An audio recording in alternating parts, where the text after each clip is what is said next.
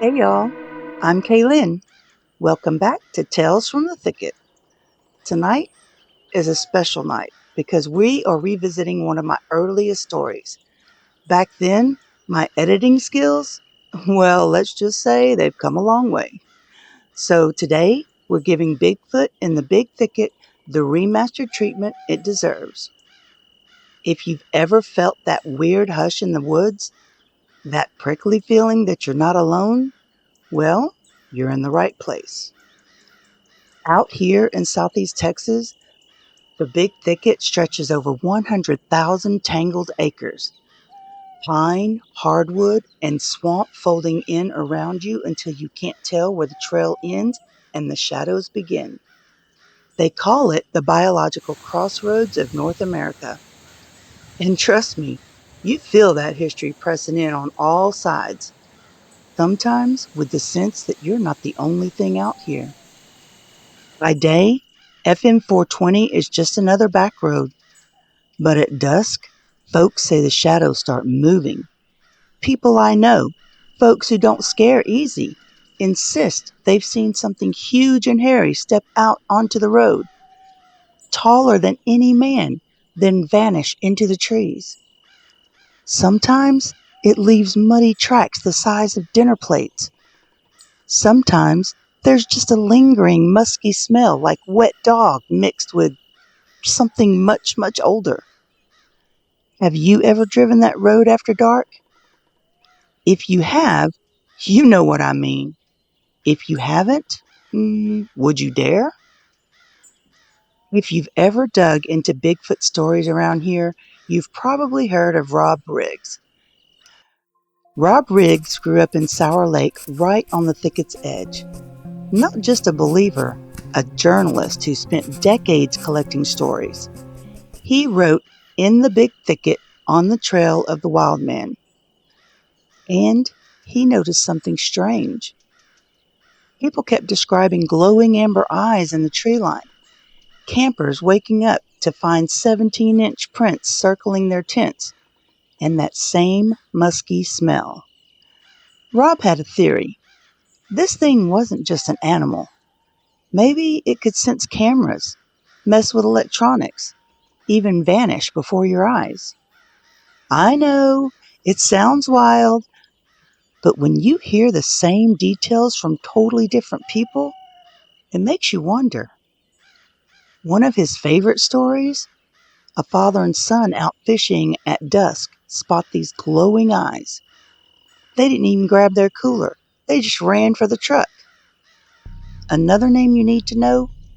Michael Mays from the North American Wood Ape Conservatory. This guy actually spends his nights out there chasing leads. Back in 1973, a 17-year-old on the edge of Woodville saw a massive hair-covered figure hop a 5-foot fence like it was nothing, and then stare right through his car window, not panicked, just curious, like it was studying him. Michael says that's the details that stick. People always feel like they're the ones being watched. In fact, at his 2022 talk in Silsbee, Michael showed a map so covered in sighting pins, it looked like the thicket itself. These stories don't just come from researchers. Everyday folks have their own tales, stories that stick with them for years. James Roberts, a retired cop, saw an 8-foot figure cross FM 420 in 2 strides. He found giant footprints in the mud the next day, but he never filed a report.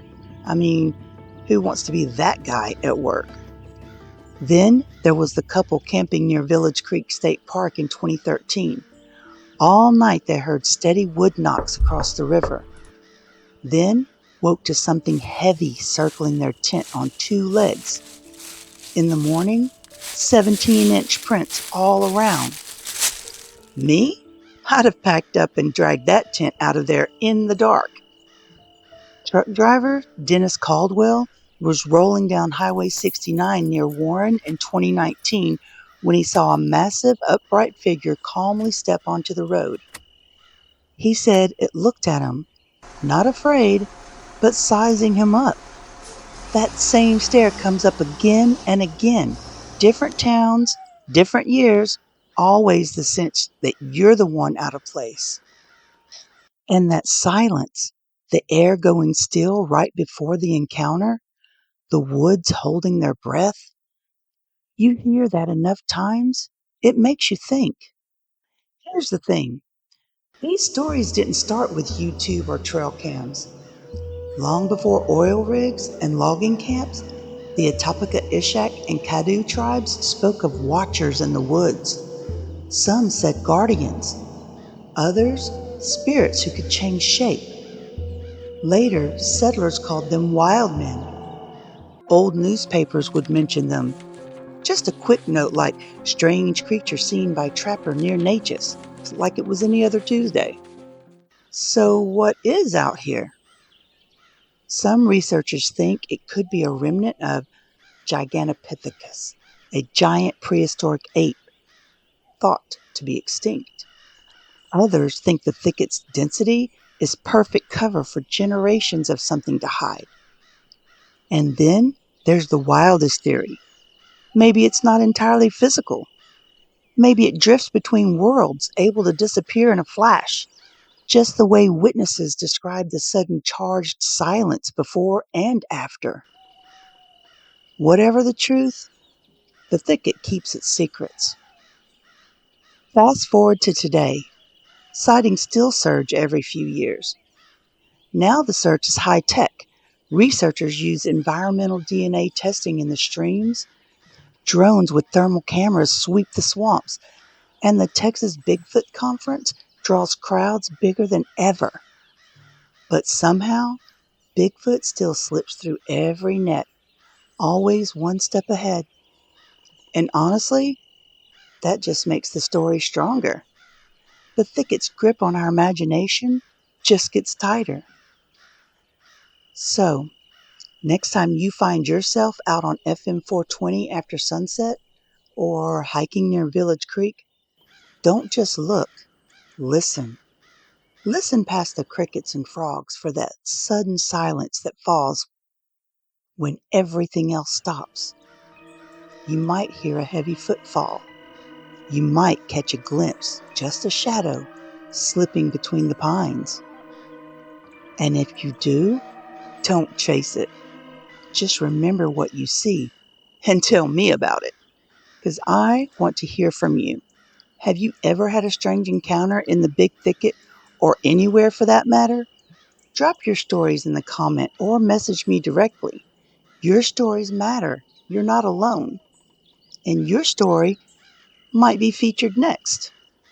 Oh, and hey, Ashroot was hiding somewhere in this video. Did you spot him? First one to find him gets a shout out in the next one. If you enjoyed this tale, please hit the like and subscribe. It truly helps this channel grow and lets me keep sharing the mysteries of these woods. Thank you for joining me back in the thicket. Keep your lanterns lit and your eyes on the shadows.